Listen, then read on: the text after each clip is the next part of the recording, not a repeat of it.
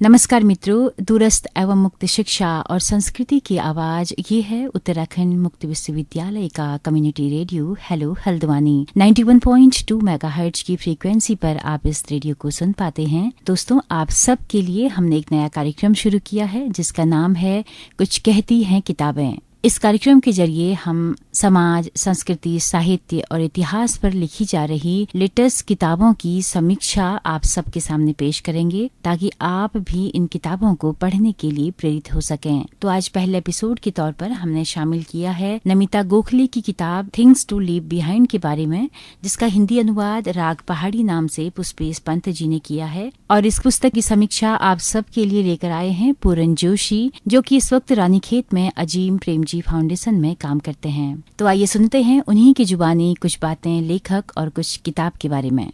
Rudyard Kipling ने कहा है, गीली लकड़ियों के नम धुएं की गंध, गीली काई और सड़ते चीड़ के बीजों की गंध, यही तो हिमालय के शरीर की गंध है। और जिस किसी के खून में यह एक बार रेंग कर घुस जाती है, वह फिर अंततः यहीं लौटता है, पहाड़ में देहांत के लिए। नमिता गोखले का ये उपन्यास उनकी कुमाऊं पर केंद्रित 4 पुस्तकों में से एक है, जिनकी पृष्ठभूमि में रानीखेत, अल्मोड़ा और नैनीताल झील प्रदेश हैं। मूलतः यह अंग्रेजी में है, जिसका शीर्षक थिंग्स टू लीव बिहाइंड है। किताब का अनुवाद पुष्पेश पंत ने किया है। किताब राजकमल से प्रकाशित है। नमिता पहाड़ से ही संबंध रखती हैं। उनके जीवन का काफ़ी सारा वक्त पहाड़ में गुजरा है। उन्होंने 20 के करीब पुस्तकें लिखी हैं। वे जयपुर लिटरेरी फेस्टिवल की फाउंडर डायरेक्टर भी हैं। राग पहाड़ी 1840 से 1912 तक की पहाड़ के 2 प्रमुख शहरों नैनीताल और अल्मोड़ा की बदलती हुई कथा को कहता है। उपन्यास की शुरुआत में हमको लाल काले पिछौड़े पहनी 6 औरतें दिखती हैं जो प्रेत आत्माएं हैं और वो झील का चक्कर लगा रही हैं। इन स्त्रियों ने नैनीताल को फिरंगियों से मुक्त करने की ठान रखी है। इसको एक प्रतीक के तौर पर देखें तो बाद के वक्तों में कुंती वर्मा और बिस्नी देवी शाह जैसी औरतें कुमाऊं में पैदा हुई और जिन्होंने यूनियन जैक उतार के आज़ादी का झंडा फहराया। उपन्यास में यही नैनीताल में तिलोत्तमा उप्रेती नाम की एक अनाथ बच्ची है जो अपने मामा मामी के साथ रहती है। उपन्यास के शुरू में एक क्रांतिकारी को फांसी होती है जो तिलोत्तमा के चाचा हैं, लेकिन लोग इस विषय में मौन साध लेते हैं। आगे की कहानी में नैनीताल, जो कि पी बैरन के छल से छीना गया एक झील नगर के रूप में विकसित हो रहा है, और अल्मोड़ा, जिसे चंद राजाओं के स्वर्णिम शासन के बाद गोरखा आतताइयों से अंग्रेज़ों ने ले लिया है, की कहानी है।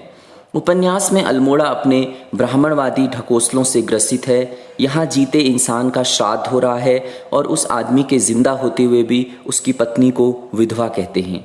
औरतें अकेले खुले बाजार नहीं जा सकती हैं। उसी शहर में एक तरफ तिलोत्तमा उप्रेती है जो सवाल उठाती है और जिसने पंडिता रमाबाई को पढ़ा है और जो अंग्रेज़ी अखबार भी पढ़ती है। दूसरी ओर जीवन चंद्र पंत का परिवार है, जहां घर के भीतर आने पर गंगाजल और गोमूत्र से छींटा करना होता है। अल्मोड़ा के उन कथित ठुल धोती ब्राह्मणों की कटुगाथा भी उपन्यास कहता है। शहर के दूसरी तरफ है कुष्ठ आश्रम के बडन और उनकी बेटी रोजमेरी, जो कोड़ियों के सड़ चुके अंगों को धो पहुँच रहे हैं, दवाई लगा रहे हैं, प्रार्थना में जिनके मन और आँखें गीली हो रही हैं, साथ ही इन रोगियों के बच्चों को पढ़ा भी रही हैं। अल्मोड़ा तेजी से बदल रहा है। यहाँ जयेश पंत जयेश जोनास पंत हो रहे हैं और देवकी पंत डायना पंत।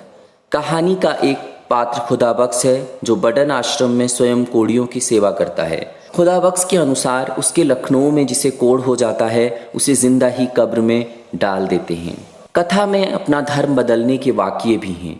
ये सब कुछ इतनी खूबसूरती से घटित होता है कि कहीं से भी कथित धर्मांतरण की बू नहीं आती।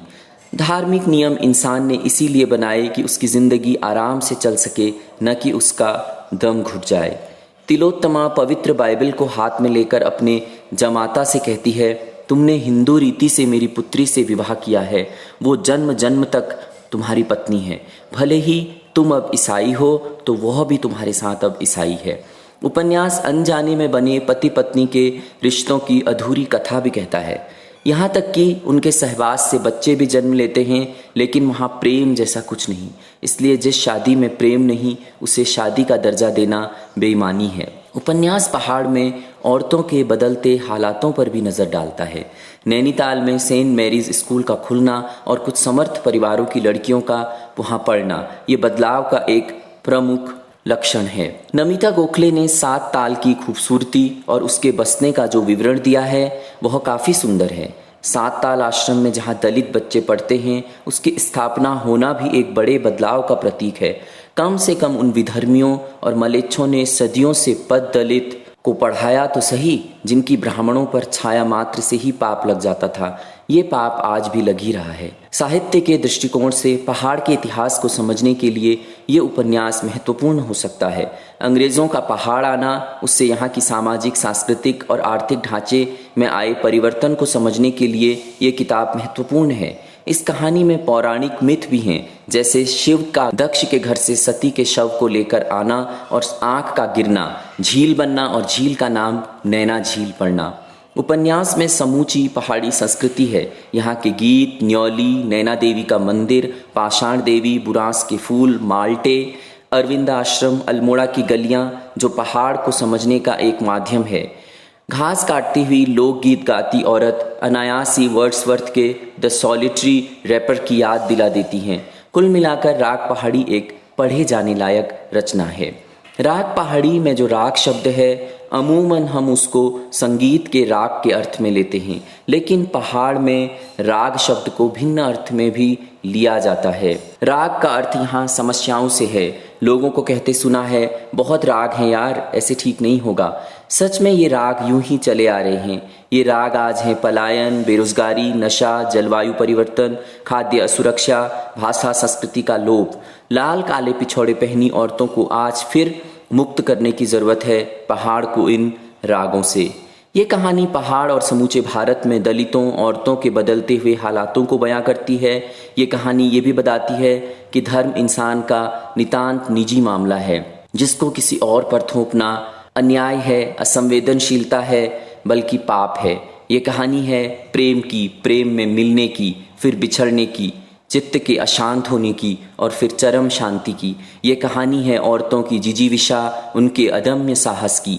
ये कहानी है विचारों की आज़ादी की और मानवता की सेवा की। तो दोस्तों, अभी आप सुन रहे थे पूरन जोशी को, जो कि अजीम प्रेमजी फाउंडेशन रानीखेत में कार्यरत हैं। नमिता गोखले की अनुवादित किताब राग पहाड़ी की समीक्षा इस वक्त आप सुन रहे थे। हम पूरन जोशी जी का बहुत आभार व्यक्त करते हैं कि हमारे श्रोताओं के सामने वो इस समीक्षा को लेकर आए। और दोस्तों, आप सब का भी बहुत बहुत शुक्रिया हमारे साथ इस कार्यक्रम में अंत तक बने रहने के लिए। दोस्तों, अगर आपको ये कार्यक्रम पसंद आया हो तो अपना फीडबैक हमें जरूर दीजिएगा। हमारा यूट्यूब चैनल है, हमारा फेसबुक पेज है हेलो हल्द्वानी नाम से। दोस्तों, जैसा कि हम हमेशा आपको बताते हैं कि हेलो हल्द्वानी रेडियो एक कम्युनिटी रेडियो है, एक सामुदायिक रेडियो है, जिसकी पहुंच रेडियो में केवल हल्द्वानी शहर तक है। लेकिन अगर आप दूर दराज पहाड़ों में या देश के किसी भी हिस्से में इस रेडियो को सुनना चाहते हैं तो गूगल प्ले स्टोर में जाकर हेलो हल्द्वानी ऐप को अपने मोबाइल पर इंस्टॉल कर सकते हैं और सुबह 10:30 बजे से लेकर शाम 4:30 बजे तक 6 घंटा हमारी रेडियो सभा सुन सकते हैं। दोस्तों, हम लोग अपनी रेडियो सभा का दोहराव भी करते हैं। अगर आप दिन में हमारा रेडियो नहीं सुन पा रहे हैं तो शाम 5 बजे से लेकर रात 11 बजे तक भी आपको ये सुविधा उपलब्ध रहेगी। तो इसी के साथ अपनी रेडियो मित्र सुनीता भास्कर को दीजिए इजाजत। नमस्कार।